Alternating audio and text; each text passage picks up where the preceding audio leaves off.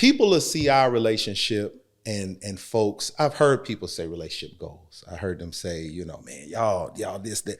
People always hold our relationship at a high standard, which I guess they should. We do well. You know what I mean? I love my wife. My wife loves me. But what a lot of people don't realize is I had, just like she had, baggage, just like everyone else. This is our second marriage as well, you know. But I've been with my wife since 2003. So we 20 years. Hold on. Go ahead. The way you said 2003, you know, you kind of like I wasn't sure. 2003. The inflection. It was 2003. So blur his face out. Sir. Yeah, change his voice. Nah, it was 2003. Yes, sir. Okay, There it is. I met her 2003. Solid. So we've been together 20 years, married for 10.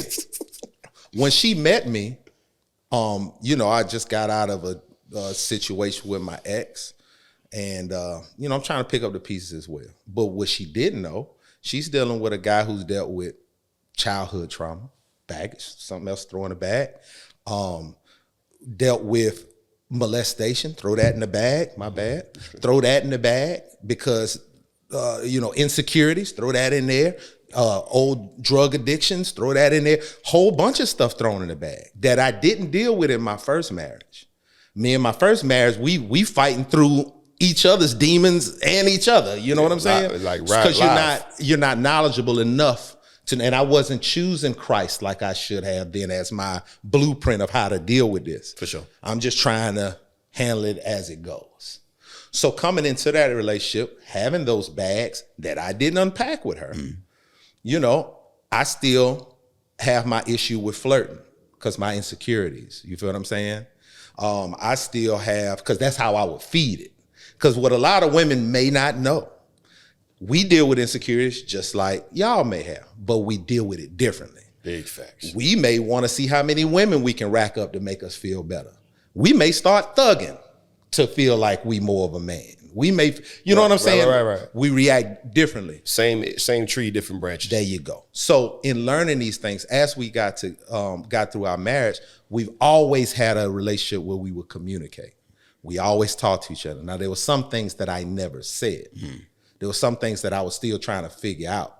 There was baggage that I didn't, you know to unzip and show up. But either way, so in going through that, I can't have a relationship, conversation, and still sit up here and act like my relationship is as perfect as everyone may see it. You feel what I'm saying? For sure. It's perfect in the terms of me and her work through things whenever we run into it. Right. But it's not perfect in the sense of we don't run into things or I don't cause problems.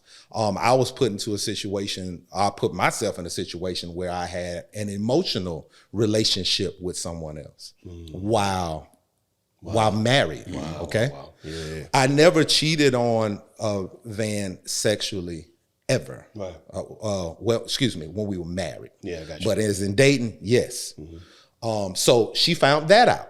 So upon finding that out, that puts something on a woman that makes her feel more insecure. Right. That gives her issues within herself. So I had to try to build my way back up from that cheating episode when we were dating. I felt like I successfully did that. Then you get married later on, and you around here on the phone, keying and doing, you know what I'm saying? And I'm gonna tell you this: as soon as you hide a text, you're already too deep. It's a wrap, bro. Yeah. It's a wrap. As soon as you hide a text, you're already too deep. Yeah. But anyway, if she can't log into your joint and read your DMs, too far. It's a wrap, bro. You're too far. Yep. So with She that, not gonna understand. They're not saying that. Right. No. You're gone, bro. No. Too late. So I'm just having this conversation out loud so we can understand how we're able to work through and do life together the way that y'all see it. Okay. So in having that situation, I'm feeding something that I still have issues with. Still love my wife. I'm not having no issues with my wife. This ain't why I'm doing this. It's just something that I'm dealing with. Something else. So I'm gonna take it to the next part to not talk up the whole thing because you still got to talk. But after she found out about that, Of course, Talking about the emotional piece. the emotional piece. Yeah, gotcha. After she found out about that, found the text message and things like that, I'm in a position to where, is my wife gonna leave me? Right. Or are we gonna work this out? So it turned out, as you can see, we're working this out. We were able to talk through it. And with that, I felt like it was very important. This is how me and my wife work. We gonna talk through all of it. Yeah. Because if this shoe was on the other foot, first of all, if I'm being honest, I don't know if I can deal with it. Right. Yeah. Be honest. Yeah. It's very hypocritical. 100%. But metrics are not, the scales ain't just. Nah. 100%. Yeah, we're wired a little differently when it comes to that. It's a territorial thing, right? Yeah. So and it's not fair. It's not fair at all. But I'm just being honest. But it is real. And I did say I don't know. But part of it is I got some questions. We gonna talk about this. You know what I'm saying? I want to know the whys and whats. Right. So what do I look like? Because this the thing. A lot of people done caught their man cheating or their woman cheating, and they decided to stay together. The apologies was made, and they keep on moving. But no. There's still some unfinished business. Yep. There's still some conversation that needs to be had. You didn't come home by this time. Where were you? Boom. Bro, now I'll do stuff.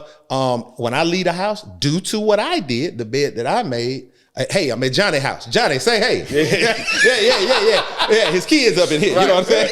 Right. You find my iPhone, you see where I'm at? I'm right here. The address I told you I'm at. So I'm more extra than I used to be. Right. It's good, bro. And I'm just speaking to the guys, like, you know, there is more to it. Yeah, man. So my wife had asked me questions. I'm talking every day.